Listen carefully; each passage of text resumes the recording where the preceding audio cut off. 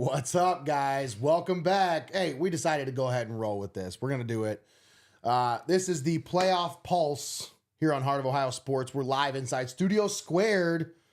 Nate Mullins, Connor Roush. How we doing, Connor? We're doing good. How about yourself? Doing wonderful. We got the Wizard, Greg Kinn, on the ones and twos. Yeah.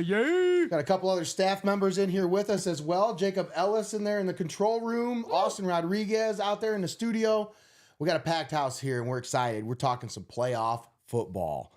And I think, Connor, some things have kind of settled out since we've gotten here and kind of unloaded some of the equipment. We're seeing some of this playoff landscape coming into picture. We are, and it's exciting, especially with me following the last few weeks. I figured I'd start following more into this starting week 7, just see how teams move around. And surprisingly, it's been pretty consistent week in and week out since week 7. And now with scores coming in, finalizing, seeing where these teams are going to be. Some shockers, some not so much shockers. It's exciting. And we have a lot of work and thinking to do to see what we're going to do next week just for 2 streams. Well, I know there's a lot of work to be done for a lot of these teams, but the work for the computer points, pretty much done. Obviously, these aren't official. None of this is going to be official until Sunday. Yep. That's when the official brackets will come out. So there's probably not going to be any surprises, folks. Joe Idle is really good at what he does. This is a well-run website. It's a resource that we use throughout the season, and it's a really good indicator of how things are going to play out. And so that's why we have a good idea of what the playoff landscape looks like right now. So if you, listeners, viewers, if you were out there and you were watching or you were attending a game and we weren't there, so we were at the Seneca East Mohawk game and we were at the Calvert Hopewell Loudon game. If you were at any other game tonight and you got a story you want to share, say a cool story that happened during a game, or maybe you were at one of the games that we were at and you just want to talk about it, give us a call. 567-207-5041 is the number to call. That's my cell phone number. It'll call, and then it will go live over the air. So you better be ready to go. This isn't going to be a screening process here. And, it will be. If you suck, I'm just going to hang up on you. So just going to tell you. No, I'm just I do. I know I got one confirmation for tonight. All right, cool. So let's talk about some playoff stuff. Connor, we've had our eyes on this playoff picture since we got in, and scores are kind of coming in and things are kind of settling out. So let's talk. Obviously, we've got our eyes on a few area coverage teams. Yes. We're looking at Calvert. We're looking at Columbia. We're looking at Hopewell. We're looking at, Gibsonburg. We're looking at Mohawk. We're looking at Seneca East. We're looking at Lakota. We're looking at all these teams in the area. There's a lot of teams that are vying for positioning right now, trying to, win their way in or win their way to a home playoff game. Yep. That's all. Week 10's done, and now week 11 is on the horizon. Now, let's talk about Region 26, because that's the one where there's a lot of area teams. Tommy Hall. There's a couple area teams that we have our eyes on. Yep. And I'll go ahead and let you take the role with this one, Connor. So for Region 26, we do have our top 16 teams. They already have been mathematically.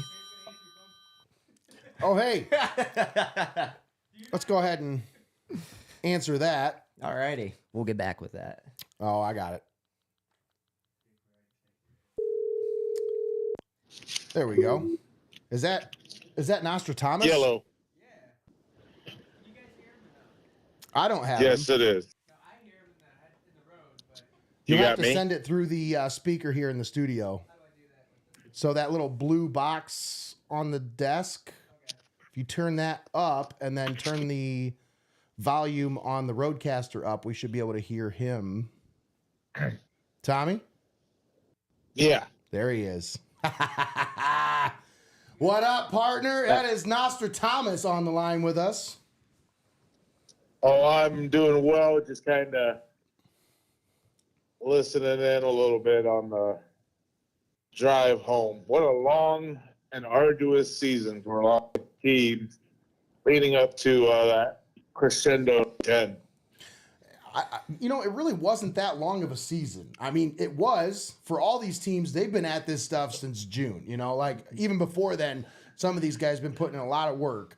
So I'm not trying to take anything away from any of these teams, but for us, I mean, we just get to show up and do the fun stuff. Yeah. So it went so fast. I mean, 10 weeks goes by in a blink of an eye. Yeah, and the one thing that you always have at the end of the season is that perspective and where you started against where you finished at. And I think for a lot of these teams in the area, it's one of those situations where, man, you got guys poised to make some deep runs, and you got some other teams that, again, with the expanded playoff format, anything can happen. You're going to get everybody's best shot, especially when you're dancing with a double. Don't know. You really got yourself a shot. But in the playoff, week 11, you talk about wanting to be lucky. I mean, preparation is about the only luck that you're going to be able to have. Yeah. Well, talk about dancing with the devil. I mean, Mohawk and Seneca East both danced with the devil and beat them and had the opportunity for the N10 championship tonight, and both of them are a lock into week 11. Yeah. And you talk about those Mohawk Warriors, Tommy. What a resilient bunch. You talk about that senior squad. The heartache, the bumps and bruises that they went through on that 2-8 season last year, the redemption ride. Is this like the redemption tour for this team? I mean, you think about some of the wins that they had this year, the emphatic fashion in which they won some of these games. This is a great season for Eric Daniel and that coaching staff. Listen, the Mohawk Warriors, there's nothing to take away from them being that right N10 champions.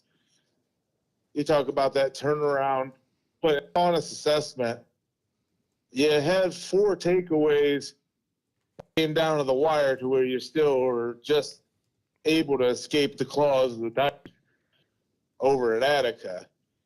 So your work's not done. I mean, you celebrate the win tonight, but you're already focusing on week 11 because nobody's going to do you any favors. I think the Warriors still had a lot of work, a lot of things they needed to work on, and Kentucky East, I think they really came in prepared. Probably the best defense I've got personally all year, and just some mental miscues, a little bit of youth and inexperience maybe. I'm not sure what it was attributed to, but those penalties and all that stuff added up to where, again, Mohawk, I really felt like they could have captured the Tigers early in that one, especially based off the turnovers they had.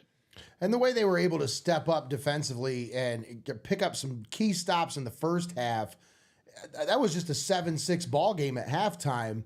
But the way, that defense really stepped up in the second half. They got the turnovers they needed. That pick 6 was huge from Caden. Yeah, that's what really kept my mouth shut is the way the defense played tonight. I can't say enough about it. Absolutely. Yep.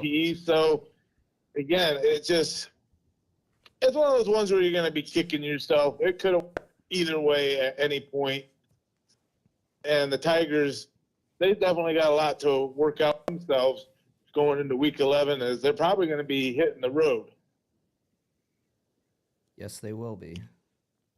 That's a good point. As we have it here for Seneca East, they would be traveling over to Western Reserve next Friday against the 7-3 Western Reserve.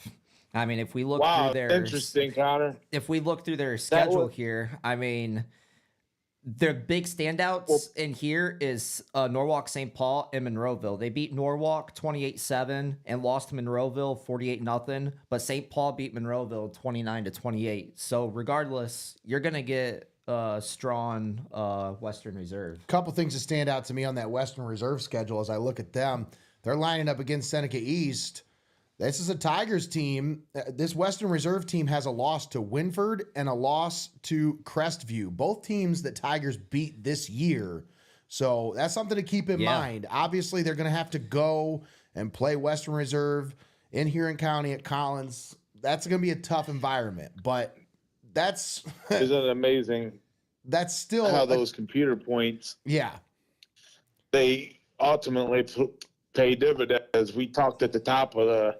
Well, you look at these Western Reserve Rough Riders, Tommy, not to interrupt you, They only played 2 teams with a winning record this year. Yeah. That's crazy. Yeah, and that was the point separation was 0.16 on the computer points. That was going to be the difference between Seneca East hosting a playoff game and being hit on the road, and which is crazy that I didn't know that it was going to be Western Reserve that was going to tip the scales and then be the one hosting Seneca East. So that puts even more meat on the bone in that story. For sure. And, it's nothing's official yet because there's still some things that need, obviously the Woodmore score hasn't been confirmed yet on Joe Idle, but they did beat Lakota tonight. They moved to 6-4 on the season. That's a great first season over there in Woodmore for Coach Scott Stetcher. A great season. And I mean, they're starting to build something over there. So it's obviously, well, actually, their win that's in there. So I forgot they had that game canceled against John Adams earlier in the year. So, but yeah, 5-4 finish for Woodmore on the year. And they went 2-8 last year. Exactly. And they're sitting at the number 11 spot right now, which is very respectable for them. That's so huge turnaround. Absolutely. So you think about, they're going to turn around and have to play, who's that? Defiance. They're 11. They'll play the 6th seed. They'll play the 6th seed. So that's Fairview. So Huron ended up finishing 6-4. They're the 7th seed. They'll end up playing Spencerville, a couple of local teams. Cary sitting at the 12th seed. They'll play Defiance Tenora. Let's see. Margaretta ended up at 15. They will play Bluffton, the number 2 seed. Bluffton got blown out tonight by Columbus Grove. I can't speak anything negative on there. My neighbor, when I was a Bluffton Beaver, Jeff Richards, and teammate, he is actually the head coach over there at Bluffton High School. Yeah? And he has just done a tremendous job with that program over the last couple of years since he's taken that. Talk about complete turnarounds. That's going to be the scare. That's going to be the that loss tonight to Columbus Grove. I really think that might have sent some waves throughout the regions, and Hopewell Loud, and they're paying close attention to that. I know that was one of the teams that Hopewell, especially when they had that bye week in week 8, that Bluffton was one of those that they went to go scout and just watch and see how they played for a potential matchup. Well, and Bluffton, back in week 6, dispatched Lima Central 35-0. Columbus Grove played them in a tight contest last week, 28-20. So you would have thought, it'd be a close game. That would have been a close game. Yeah. I thought that was going to be a close game between Bluffton and Columbus Grove. But the Bulldogs just said, no, we're a powerhouse and we're going to show you. I have to call Coach Richards and say, hey, what's the deal, pal? But then you got the Chieftains, the number 1 seed, 9-0 on the season after dispatching Calvert tonight, 26-0. They will play Crestview. So we will see because Ashland Crestview plays tomorrow. They play Mapleton. But it's already confirmed that it's either going to be Crestview, Margaretta, or Van Buren between these squads, and it shows Paulding as well. So I really think depending on how Crestview plays tomorrow, I mean, Hopewell should be looking at either Paulding, Van Buren, Margaretta, or Crestview. And if you're looking at Margaretta, I mean, Hopewell beat Margaretta. It was 16-7. Yes, at their place. Back in week 6. So, and Margaret's just been getting stronger and stronger. I mean, they took Gibsonburg to overtime last week. So, they did. So that's one of those. That's probably the toughest team out of the 4 looking there. So, but you got to go. And look at the Margaretta schedule they played. Yeah. I mean, Margaretta only played 2 teams with a losing record all season this year. That's a gauntlet schedule right there. I mean, the thing is, they started the season hurt. Yeah. So they've got fully healthy around that Hopewell Calvert time. Well, the Keller kid, he didn't come in until like week 4. Wasn't it your game? Week 5? Something like that. Yeah, those polar bears, don't underestimate them. They could potentially be a dark horse here in Region 22.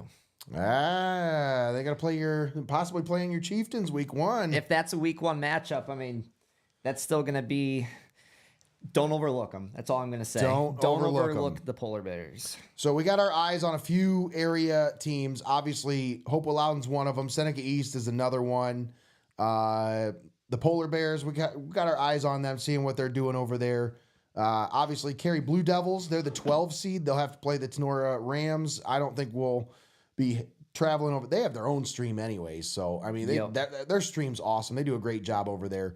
But Region 22 is really tough. There's a lot of good teams in that region. But if you look back at Region 26, right now you got Mohawk sitting there at the 7 seed. Now that means they will match up with the 10 seed, which would be Hardin Northern, correct? If you update yours, they moved Mohawk up to 4 now. Okay. So I mean, I've just been clicking this update button. Okay. So right now, Mohawk could be sitting anywhere between 4 through 6. So Mohawk right now they have them at 4. So that would be they'd match up with the 13 seed. Yep, 13 seed. So that would be Edgerton. Oh, Tommy, remember the Bulldogs? Do you remember traveling to the edge of Ohio? I was going to say, thank God that's a away home game. My goodness, that was Edgerton, one of the farthest drives I've ever drove to cover a football game. What was that, a regional final for Calvert in 2014? Do you remember Austin Jones having like 300 yards, but also like 4 fumbles in that game? He had probably like 6 touchdowns and 4 fumbles, and like it just kept. I mean, every time he get to the outside, he was gone. He was the man. Fun times. But yeah, Edgerton sitting at the 13 seed. They would match up with the 4 seed Mohawk right now. Lima Central, the 7 seed, matching up with Hardin Northern. And Hardin is a lock, so they're locked in at 10. And as of right now, Tiffin Calvert sitting at the 8 seed would host a playoff game versus Pandora Gilboa. But you called that. I did, didn't I? Didn't I say that in the press box? Now, Pandora's game is not in. They're yet. not in Joe Idle yet. Now, I'm pretty sure they beat Riverdale. So Pandora could move. No, they're either 8 or 9. Who is the running back? So it's either going to be at Pandora or it's going to be at Calvert, but they're playing Pandora Gilboa most likely. Hey, who is the quarterback for Riverdale? Is it Jughead? For Riverdale. Stay out of Riverdale. Jughead. Stop it. So Pandora beat Riverdale 37-7. So when that game gets put into Joe Idle, you would imagine that would push them over the top? But right now, the home team? Calvert's at 13 points and Pandora's at 11.4. So that's a big jump, which I haven't been seeing. How much Mohawk jumped, what their points were from before their game was put into. I can't believe the world that we live in, where I can remember high school athletes of the past. You could go 9-1, 8-2, and you're sweating bullets on Saturday morning after right? week 10, wondering if you got a chance to get in. Yeah, that was and now the we're top talking 8. about. Well, right now you're looking at Pandora Gilboa. Okay, so their max average, if they win out and their max points is 13.1. Calvert's minimum, if they win, their minimum is 13.065. So there still is a chance that Pandora could possibly host next week, which is crazy. That's insane. Regardless of what we're looking at here, it looks like we're going to have Jacob a Calvert and Pandora game. Did you say tell Jacob to gas up? He's not on the call next week, Tommy. Yeah. Jacob's got a choir concert. You're going to talk to Zach about that one. Yeah. Tell Zach to fill up. But yeah, as of what it looks like, it's going to be a Calvert Pandora game. Now, is it going to be in Tiffin or is it going to be at Pandora Gilboa? We don't know yet. So you got Columbus Grove matching up against North Baltimore. Upper Scioto Valley matching up against St. John's. Gibsonburg plays Arlington. That'll be a good game. That probably will be a good game. Arlington's tough. They went through some stretches this year. 3-game win streak, 3-game lose streak, win, 2 losses, and then a win. Well, they gave Ada everything they could handle. They beat them 44-43 back in week 3. They beat Hardin Northern in week 1, 53-33. This is a team that scores some points. Yes. Like, they've put up a lot of points in some of these games. They put up 63 against Elmwood. They put up 41 on Arcadia tonight. Like, that Arlington team, I'm sorry, last night. That was actually yesterday. It was a Thursday game. Yep. That I could put up 41 points on the Bascom A&Ms of the area. You say Bascom A&M? Yeah, Boonville Tech. Like, who are these schools? Stop it. But a consistent thing that you see through the Blanchard Valley Conference is that a lot of these teams score points. Yeah. A lot of points. Oh, yeah. And you can't count out any BBC teams because, I mean, they beat each other up during the season, kind of like how the N10 is a little bit between some of theirs. So then going into playoff games, they're already ready to roll, and they already have fought big games throughout that season. Yeah. Did you give a Columbian preview? That's what we were just about to get to them because we want to talk about them right now. We're looking at Region 10 next. And it is we did 26, 22. We really don't have anything to talk about the Region 18 or surely not Region 14. I don't have anything to talk about there. Upper Sandusky, actually, 15 seed. They'll play Shelby in Shelby. Ooh. Man, that Shelby squad, though, this year. Yeah. That's an NOL matchup. That is such a team that they got going. Oh, Ed Nasani missed out on the playoffs. 2-8 Bellevue. You hear Jacob back there. Oh, Jacob, I thought you were a Bellevue guy. I'm a Bellevue guy. He's a what? He said, I'm a Bellevue guy. Oh, man. That's where I stopped being a Bellevue guy. Is just in the name. Just in the name. What? So, like what we were predicting, if Columbian did make the playoffs, they'd be traveling to either Toledo and Cleveland. It looks like they're going to be visiting the Bengals of Benedictine in Cuyahoga County. And what's up with Columbian traveling to Cleveland? Because the volleyball team's going over there for regionals too, Right? And that region is so wild. How widespan it is. Now, I will say this. If Columbian could have drew anybody, this is probably the team they wanted to play. Right I'm here. just saying, like, they might have a chance in this game. Like, if you are a Columbian fan, this is the game you probably wanted them to match up with. I'm just saying. A chance to what? Tommy, I mean, you have look your at other that Benedictine schedule. They played a lot of close games. They didn't really play very many good teams. Even if they beat Benedictine, play to win one. Well, hey, Tommy, you're talking about a playoff game for these kids. You're talking about experience for these underclassmen. You're talking about getting a win under their belt to build something for next year.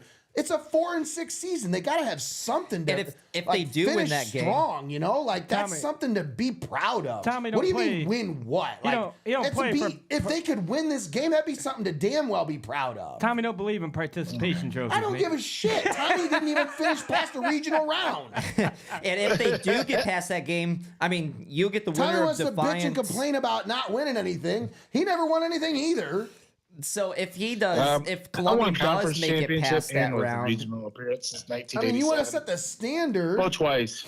You want to set the standard. That's fine. That's great. But to say that you just piss on anything else, that's just not. I didn't say nothing. What are you talking we're in about? media. You know what I mean? Like that's something that they should be proud I of. said play to what? Play to what? To win a You play game. Benedictine, and then what?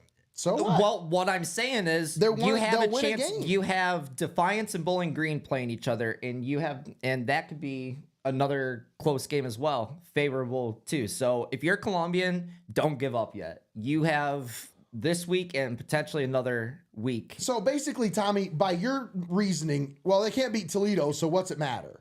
Right? Is that what you're No, saying? it's just one of those things where Because that's kind of what What you a tough- always kind of say what a about tough this. Like, well, it gauntlet. doesn't matter. They're going to run into the Avon Lake anyway, so.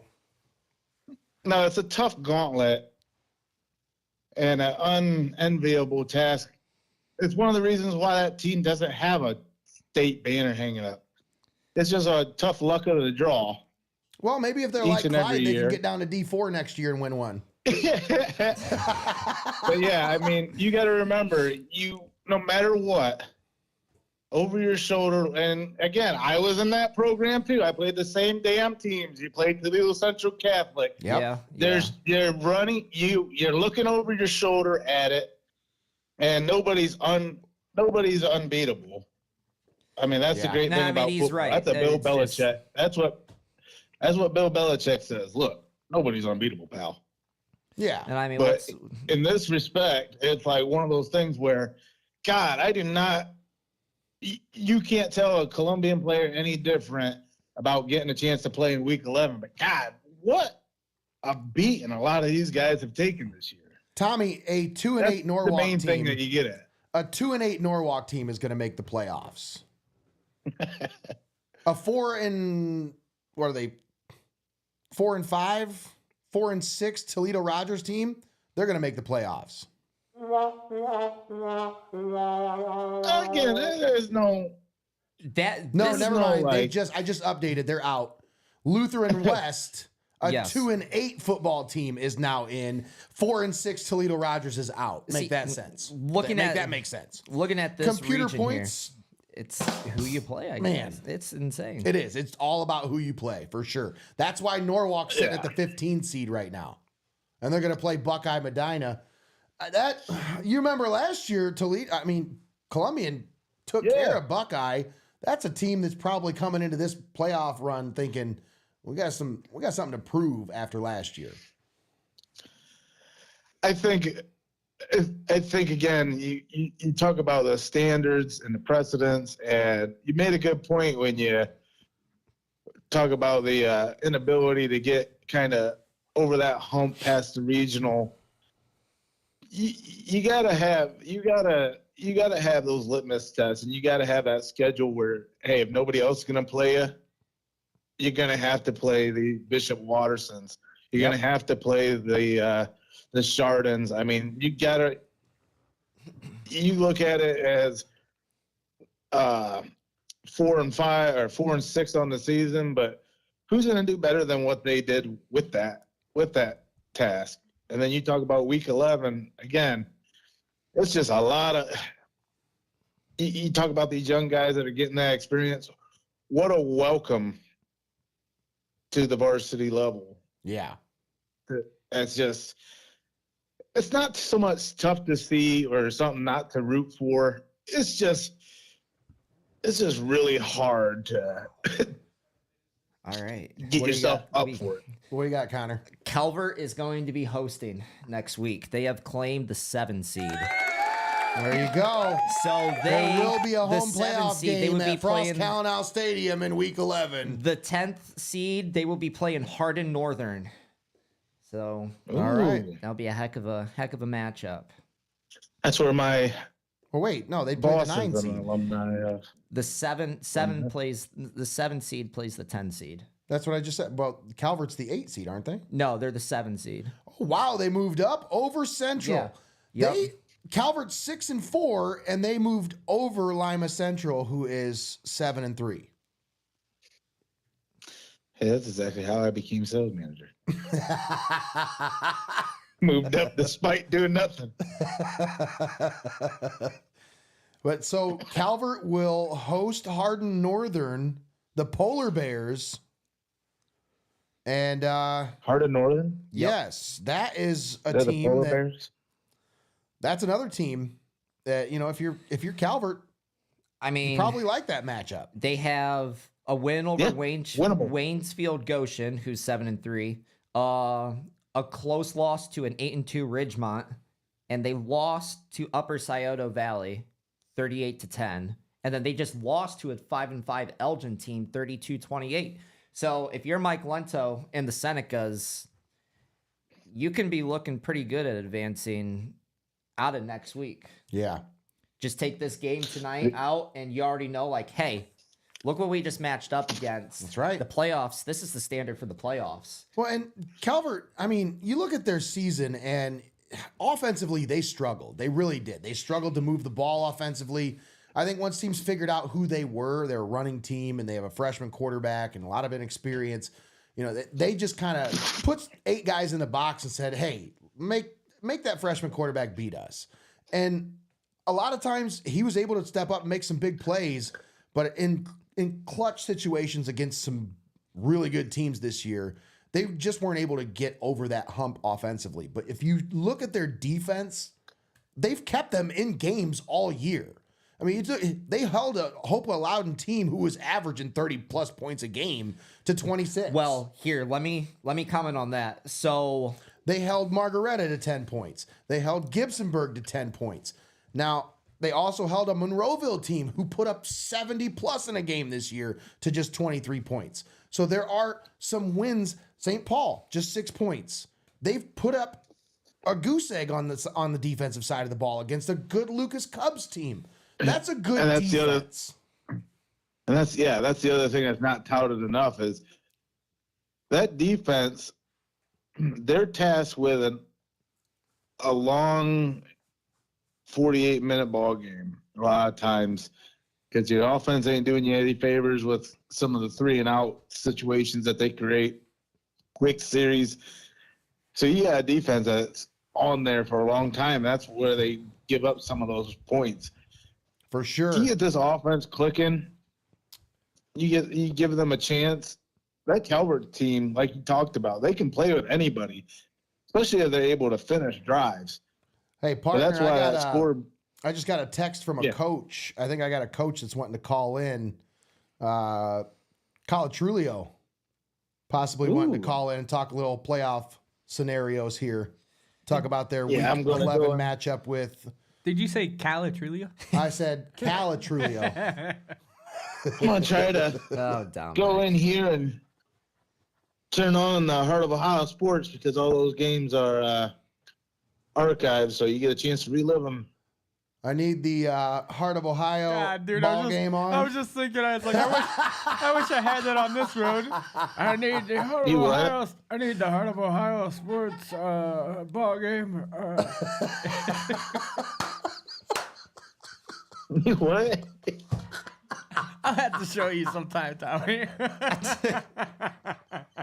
Oh, man. Damn it. Oh, sorry, folks. Sometimes these have a tendency to go off the rails. The inside joke. It's so funny. I need the rails to not go off. The Heart of Ohio Sports ball game. Oh. You talking about the voice message? Yes.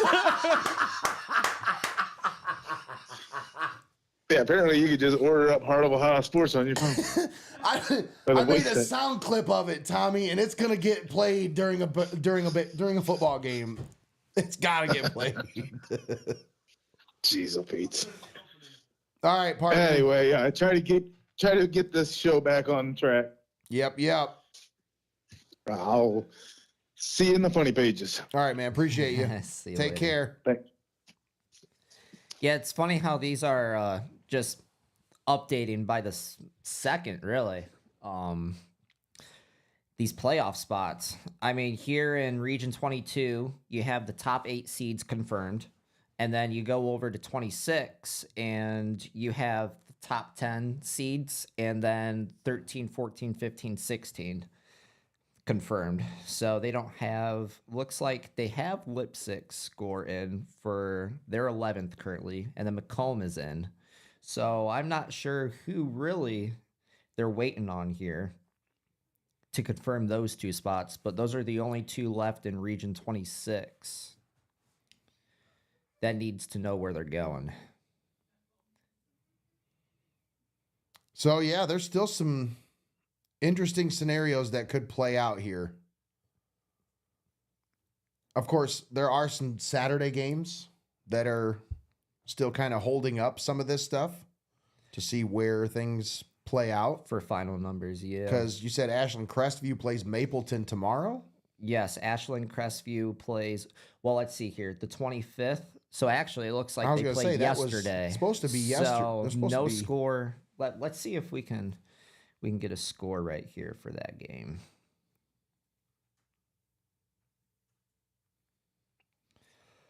Let's see here, Ashland Crestview beat Mapleton 40-14. Ooh, that was impressive. And Mapleton is a D, so they're in the same region in here. Well, that might move them up over Margaretta. And that would put Margaretta at 16. But Margaretta's Willard, hang on, let me go back. Let me refresh here.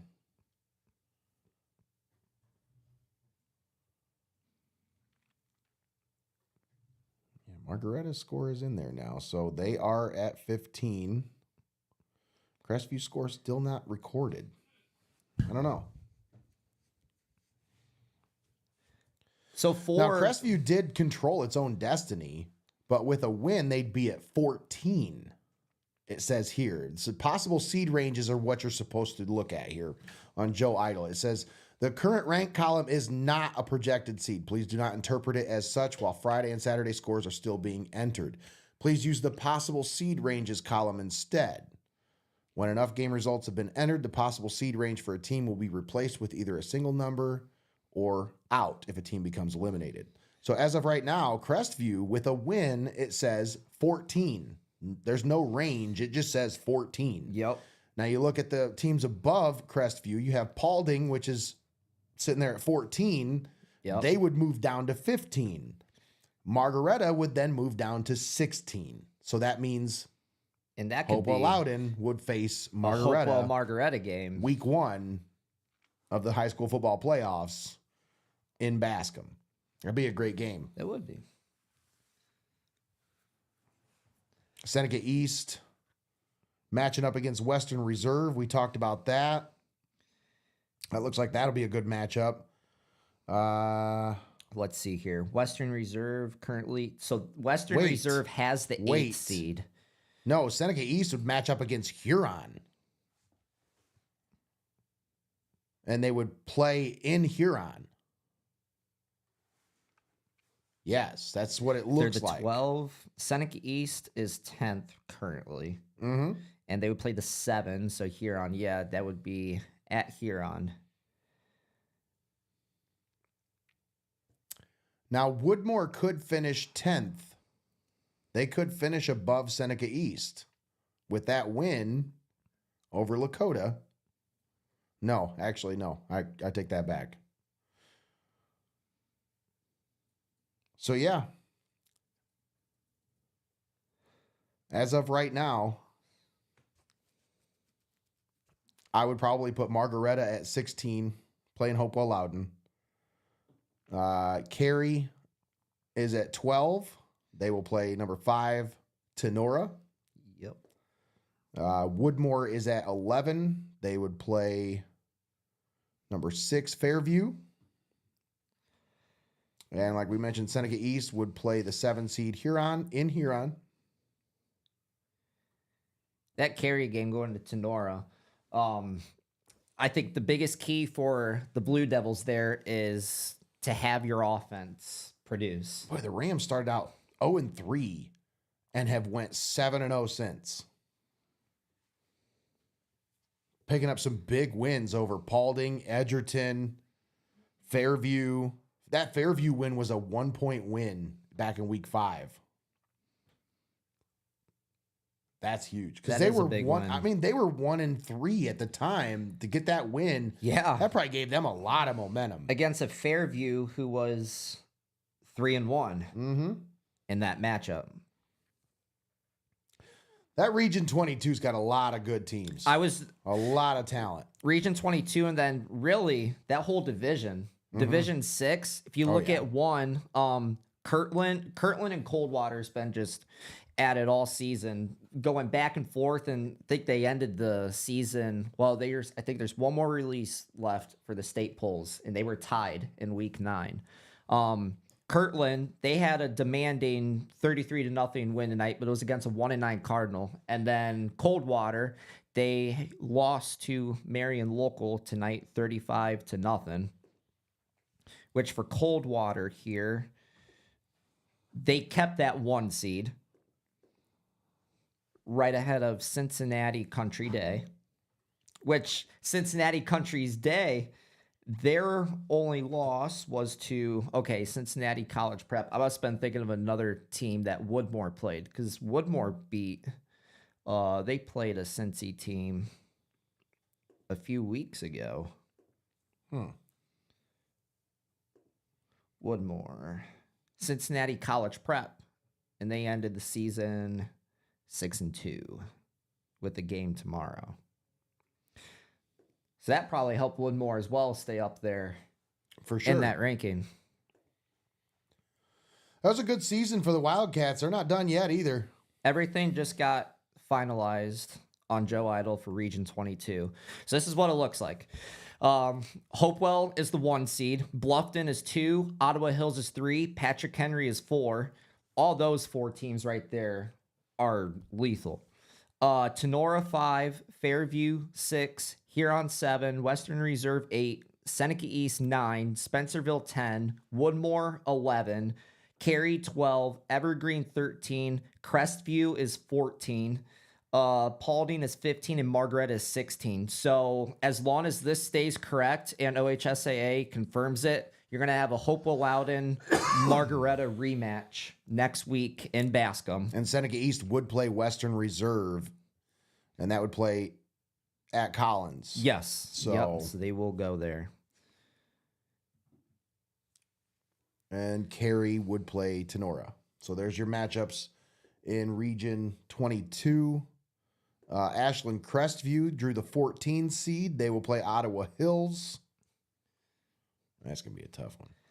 And then we do have all 16 teams for Region 26. I as see well. that. Yep, they are all confirmed. You have Columbus Grove, Upper Scioto Valley, and Gibsonburg as your top 3. Mohawk, you guys are the 4 seed. So if you win next week, you get to host week 12, which is absolutely amazing. Playoff games for the Warriors. The Warriors potentially. So 5th, got to take care of business. Eden, then Ada is 6. Calvert, you guys are hosting next week. You are 7th. Lima Central Catholic is 8th. Pandora Gilboa 9th. Harding Northern 10th. Lipsick 11. Macomb 12. Edgerton 13. Arlington 14. Delphus St. John's 15, and North Baltimore 16th. And those are all where they're supposed to be. Yep. As of right now, Joe Idle has them all. There's no possible seed ranges. They are 1 through 16 ranked. So that's where they should be when the seeds are announced on Sunday. So that's Region 26. Mohawk will play Macomb. And then wow. The winner, let's see here. So they'll play the 13th seed. Sorry, they play the 13th seed. They play Edgerton. Yes, so they will play Edgerton. And then the winner after that, they play the winner of the 5 and 12 seed. So they would play Macomb or Eden. And the Bombers just took one on the chin to Ottawa Hills tonight for their first loss of the season, 55-14. And that Ottawa Hills team. But you look at Eden's record though. They didn't really play anybody that was very good. Like I'm not taking anything away from the Bombers. Great season, right? You know, you still took care of business against the teams that you played. But man, when you go up against a team like Ottawa Hills, they can expose some people. That's a really powerful team, and that's a team. Connor, they didn't want to mess with that Hopewell Loudon team in week 8. No, they did not, because they had a game scheduled. Who was it? Cardinal Stritch, which was a conference game, I'm pretty sure, and they suspended their season. So that lined up with Hopewell, Fremont, St. Joe dropping down to 8-man. That left the game open in the SBC River schedules as well. So both of those lined up to week 8. And I truly believe Ottawa Hills did not want to play Hopewell because, one, they wanted to rest for postseason, and two, they probably didn't want to play them to have the best possible spot in postseason, and they could face each other up to the regional, anywhere between now and the regional finals, wherever that lines up. Let's look at some other regions here. So we've region 26 and 22. Those are wrapped up. We done already looked at those. We'll talk about more about that on the Coach's Corner on Tuesday at Bench Warmers. But for now, let's just we'll put those behind us. Yep. Move on to region 18. It's getting a little late. I'm starting to getting a little tired now. I'm like, all right. Even this energy drink's not working. It's like, all right. Hey, don't forget we got an early morning too. That's what I was just thinking about. I'm like, shit, we got a parade in the morning. All right, we gotta wrap this up here. Wrap it up, B. Yo, wrap it up. Yeah, region 18 here. So Edison drew the number 1 seed. Look at all those top three. 3 10-0 teams in region 18. That's insane. Edison 10-0, Liberty Center 10-0, Oak Harbor 10-0. Those Rockets, I'm telling you, man. Whoo, if they match up with Edison, that was the matchup of the century right there. That's going to be a great game between when they those beat two. Eastwood at Eastwood, that kind of that gave them that outright for the NBC title. Well, and Greg, dude, do you remember when we went and scrimmaged Oak Harbor when we were in Tiffin Youth Football when we coached the Eagles? Yeah. We took those kids over there and scrimmaged them, and I almost felt bad for taking them over there. I thought we were going to have to send some of them home in ambulances or on stretchers. I mean, I'm just... Okay, so we were 5th and 6th graders, and they only had a 6th grade team. They didn't have any 5th graders on it was all just 6th graders. Yeah. And I was like, well, this would be good for our kids. We're just going to go over there and get some work in. And we held our own for a couple of drives, and then they just, there were some kids on that team. I wouldn't have been surprised if they were already in high school. They were that big. Some of them kids were huge. Now these kids, Greg, if you remember, that was... If those kids were 6th graders, then they'd be juniors now. Yep. So yeah, that team, they're probably pretty good. They're probably going to be pretty good for a while. They're always good. That's a perennial. Oak Harbor is a perennial. But then you look at some other teams in that division or in that region. Liberty Benton, the number 7 seed, they'll play Fairview, the number 10 seed. Other than that, really no other recognizable names. Port Clinton, the 20 seed, they didn't make the playoffs. Fostoria, 22, didn't make it in. Willard there at 23. Yeah, 23, Willard. That's pretty much it for area teams. If we go to, I want you to go to Region 23. Okay. D6, Region 23. That's Colonel Crawford's region, correct? Yes. So you've got one of their neighbors over there, Galleon Northmore. What a season they had, 10-0. Just complete domination. That team, it's kind of been up and down, but here, this year especially, unbelievable season. Colonel Crawford will finish 7th. They're between 7 to 9 seeds that they can get in, so they can either host or they can either travel. And Eastern still has a game to play tomorrow, or today, actually. They play Southern. That's a winnable game. Looks like a 3-5 Eastern team, or a 3-5 Southern team. Eastern's 7-2. They should take care of business there. So with a win, they would be as high as 7 in the possible seed ranges. So that could push Colonel Crawford down into that 8-9 range. And then you're talking about a matchup with potentially either Centerburg or Monroe Central. So still some Saturday contests to be played. So that'll still shake out. But I think Colonel Crawford's really the only team in that area, in that region, that we'd probably be keeping an eye on.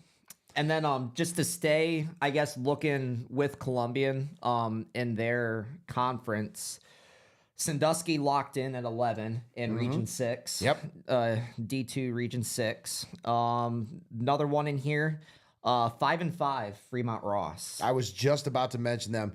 They've 15. snuck in at the 15 seed. They will play Highland Medina, the Highland Hornets out of Medina. This is another are region 10-0. that's 10-0 for the top 3. The Hornets have only given up 21 points since week 3. So that's going to be a tough matchup for the Fremont Ross Little Giants. But I'll tell you, they put up some points tonight against Bowling Green, 49-0. They put up 56 points last week against Waite. They put up 26 in a win against Southview. They put up 35 in a loss to Clay. They put up 26 in a win against Napoleon. They've been scoring points these last 5 weeks. They knew what they needed to do to get into the playoff picture. Now Chad Long has this team humming. 4 out of their last 5 to get into the playoffs. This is a little Giants team. I don't think anybody wants to mess with that team right now. I mean, the start of the season for them, That was rough. it was very rough. And then they were able to turn it around there and, like you said, get that last 4 out of 5, and you're in. You're in That's that right. 15 seed. So good job for Fremont Ross. Another playoff berth for the Little Giants. I kind of want to talk about Division 7 here for a little bit longer. You've got, if you look in Region 25, that's the one that Monroeville is in. They finished with the 4 seed, but you got you got Western Reserve, Berlin After Center, that big loss. to Norwalk. Norwalk, St. Paul. Now, do you think Monroeville would have been the number 1 seed? So If they finished 10-0, do you think they would have been the number 1 seed? here, let's see here, because I had 20. Because that Region 2, I'm pretty sure they all were close to being undefeated at the top. Lucas makes it in at 5-5. Ooh, sorry. Starting to get gassed. Monroeville here. All right. So last week, so Western Reserve was 8-1, Hillsdale 9-0, Monroeville 9-0. So Hillsdale lost as well. And then it's just 10 and let's see here. 23, Yeah, none of these teams 25. are really in our So yeah, 9-1, coverage area. 9-1, 9-1, 9. I really don't care.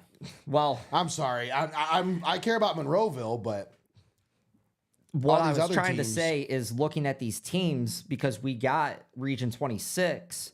If you're looking at 27, you've got Danville and Eastern that are like the top 2 in that one. And then, of course, in 28, you got Marion Local and Minster sitting at the top in their region.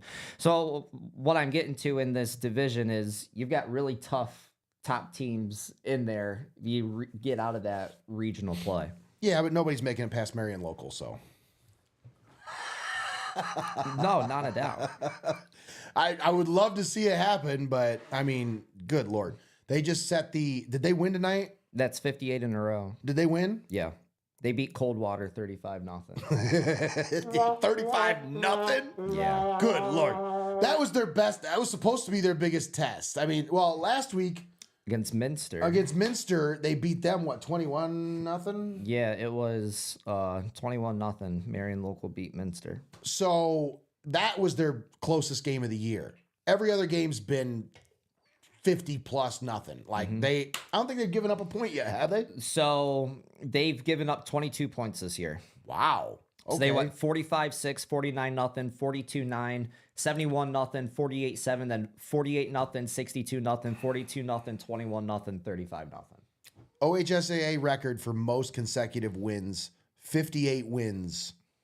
That's a record. That's crazy. That's just ridiculous. Almost 6 straight years without a loss. I mean, you think about it. Those kids that are seniors have never known what it feels like to lose a game. Yeah. Which is insane. Unreal. Powerhouse. So other than that, we talked about Region 10. We talked about Columbian. They'll match up with the number 3 seed, Benedictine. Yep. Let's see. Norwalk matching up against Buckeye Medina. Toledo Central Catholics, Sacrificial Lamb is Lutheran West. I'm just saying, like, they have no business in Division 3. Like, I know their enrollment, they should be Division 4. They play the numbers game. They just recruit kids. Like, I get it. It's not illegal. Well, the way they Just do don't it. get caught. The way they do it, they don't get caught, But I don't know. Either way, that's another perennial. That's one of those powerhouse schools that We're just going to have great matchups next week. there's just going to be some really good games all across Ohio. Shelby clinches the number 2 seed. They play Upper Sandusky. Hang on, let me refresh that to make sure that's who it is. No, Upper Sandusky will play Perkins week 1. So they drop down the 16 Yes. seed. So Upper Sandusky will travel to Sandusky. Which Sandusky is north of Upper Yeah, I was gonna Sandusky. say, they'll have to travel up to Sandusky. All right. And other than that, guys, like Clyde is the 6th seed in that region 14. They will match up with, let's see, that is the 11 seed Otsego. Which they just lost tonight. Otsego did. And Ontario lost as well last week to Shelby, 50 to Yep. 36. They bounced back this week with a 33 to 7 win. Greggy, you remember Bodpin Miller from last year? Oh, yeah. The Ontario quarterback? You know he's an Ohio State commit? For wide receiver. That's, he's playing quarterback. it makes a lot of sense. Yeah. That's pretty cool when you get to watch one of those kids play. Because, I mean, we watched Cade Stover. When he played for Lexington, he came to Frost County Stadium, had, I think, 3 picks and 3 touchdowns in the same game. It was ridiculous. He was just all over the field. But it's cool when you get to see some of these guys before they're stars. You know, like I got to cover Deshaun Kaiser when he was at Toledo Central Catholic when he played against Columbia. Like we got to cover Braden Rogo for 4 years, who's now at Akron University. I mean, it's really cool watching these young kids before they're stars and to be able to say, hey, I was there. It's even cooler to watch the kids. I mean, Greg, we watched Ben Bogner's last game of high school regular season football tonight. We coached him as a 6th grader. So hopefully that's not the last game we get to see him play for his career. I see big things in his future. Absolutely. And it's been a pleasure to cover all of these kids since we've been in media. But, I mean, it's just surreal when you get to see some of the kids that you coached in youth football growing up, becoming big-time contributors on some of these teams. Well, look at Aiden. Eagle Pride never dies, baby. Look at Eagle Aiden. Pride never dies. Aiden You mean Ewald? Fred? Yeah, Fred. Yeah, Fred for you guys. One player that I'm like truly happy for is because he's been fighting injuries his whole high school career is Kane Heyman for Mohawk, and now they get a chance to cook. Okay, in so playoffs. that dude, I mean, what a ball game tonight. 2 picks. I mean, turn the game around, really. Like, So what was your recap on the game tonight? Mohawk really just dominated. Their defense came to play. You talk about a team like Mohawk scored 7 points defensively, and offensively, they did what they needed to do. Yeah. There were a couple times where, you know, maybe they made some questionable calls, but, you know, it was a situation where they were trying to, like, they were trying to end the game. Okay, so at the end of the game, it was like, you know, a 2nd down situation, and they just got stopped on 1st down, and they run the ball, but they run a pitch. Mm-hmm. And I'm thinking, why are you pitching the ball at the end of the game? You got the lead. And then they run the pitch, and he goes out of bounds. Okay. And it saved the clock, because Seneca East only had 2 timeouts when they took the possession. Yeah. They called the first one after they got the stop on 1st down. Mohawk goes out of bounds on the pitch play. Okay. And it saved Seneca East the timeout. So the next play, they get the stop, they get the timeout, then they have to force the punt. They had 1:30 left when they get the ball back. Wow. So plenty of time to do something, That's but no enough to timeouts. sweat for Mohawk. Yeah, oh, for sure. Absolutely. And they were sweating. Trust me. It came all the way down to the last second. They had to put another second back on the clock like they did 2 years ago. Remember that one? I do remember that one. Yeah. Our player of the game, Garrett Reinhardt, actually brought that up in the post game. Like, it's 00 on the clock once again. Had deja vu over here. It's just something about Seneca East. But it was just, you know, when it came down to it, Mohawk made the plays they needed to. Seneca East had this, I mean, you talk about a crushing drive in the 4th quarter to pull back within 2. It was 15-6. And Seneca East takes this ball, drives all the way down the field, punches into the end zone. They get the extra point, so it's a 2-point game. You're thinking, all right, it's a ball game. Yeah. Very next play, Ben Bogner goes 63 yards for a tutty. He ran the ball. And I mean, 63 like, yards. seriously, he ran over dudes, spun out of a tackle, and he just bruised his way to that 63-yard run because they had him stopped about 6 yards past the line of scrimmage, Yeah. but he just would not be denied. Talk about wanting that championship. Absolutely. I mean, the determination in that kid's eyes, you could tell at the end of the game, he's like, just give me the ball. Yeah. Just give me the ball. We're finishing this right now. And I think that's part of the reason why they called that pitch play. They wanted that first down. They wanted to end the game there. Yeah. They didn't care if he went out of bounds as long as he picked up the first down. Seneca East just did a good job closing out and took a good angle. I was gonna say, much like Ben Bogner, I'm ready to finish this right now. Oh yeah, same, absolutely. And then for my game, because I don't think we talked about Hopewell Calvert yet. Hopewell gets the ball to start the game. They scored on their first drive. How long was that first possession, you think? 10 minutes. 10 minutes, 15 seconds. Woo! Calvert got the ball with less than 2 minutes left in the first quarter before they even touched it. That's and rough. then Calvert only had the ball for 90 seconds and punted it to Hopewell. And then Hopewell, once again, longer drive scores. In that first half, Hopewell had the ball for almost 18 minutes out of the 24. I know you guys like to come up with your own keys to the game, but when I looked at the stats, when I was putting the stats together, the one thing that I said for the key to the game for Calvert was going to be they had to sustain drives. Mm-hmm. And the key to the game for me, for Hopewell, was win third down. Win third down, and they would win the game. And they did. I feel like that's exactly how that played out. Yep, they did. And Like Calvert could not sustain drives because of that Hopewell out in defense.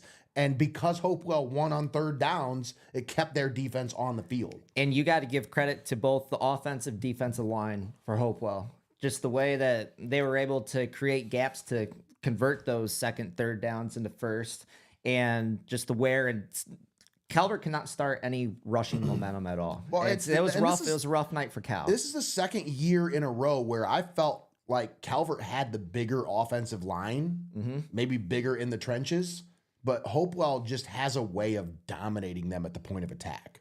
I don't know what it is. Maybe it's a weight room thing. I don't know. Maybe there's something that needs to be done in the offseason. I don't know. Maybe it's just a will or a want to. I don't know what it is. Some teams just have a want to. And I'm not saying that Columbia or Calvert doesn't. I'm just saying that Hopewell's maybe is just a little bit more. I don't know. But when I see them the last 2-3 years, where that game is won and lost is always in the trenches. Every single time they play that game, Hopewell dominates them up front on both sides of the ball.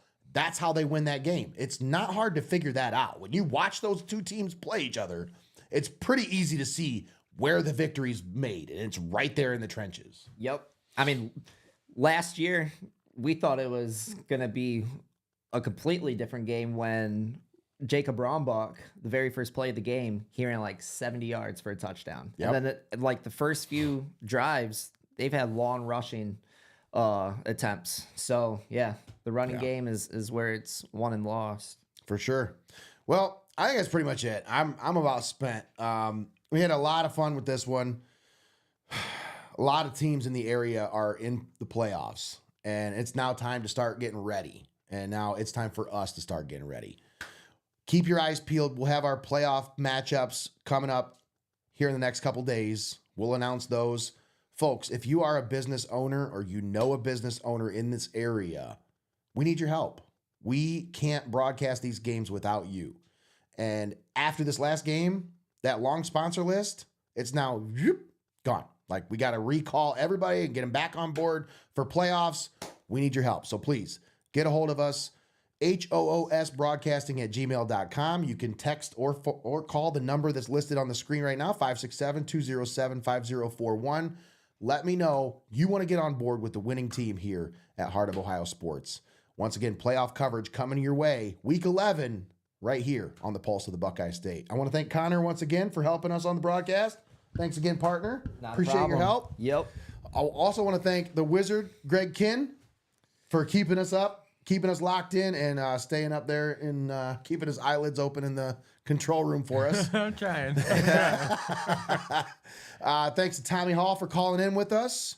Thanks to all of you for tuning in right here on Heart of Ohio Sports. Can't wait for Sunday. That's right. All right. Hey, if you're not doing anything tomorrow morning, come on over and join us. We'll be at the parade here in Tiffin, the Halloween parade downtown. Come check out the Hoosmobile. See if you can catch some candy. And then Nate. And I was just about to say, yeah, I was gonna say something's happening after the parade, right? there's something really fun happening after the parade. If you're not doing anything tomorrow, folks, head on over to Active Nutrition.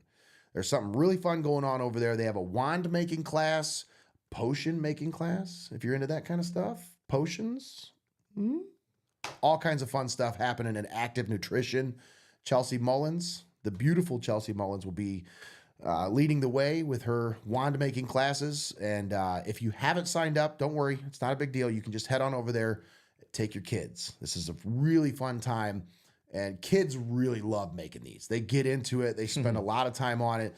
The hand painted, everything is handmade, and they get to customize it themselves. They get to pick out what jewels they want, what gems they want. I mean, it's so cool. You really have to check it out. Go check it out at Active Nutrition tomorrow, right after the parade. And that's going to do it for us here tonight. Thanks again. You've been watching Heart of Ohio Sports. Have a great night, everybody.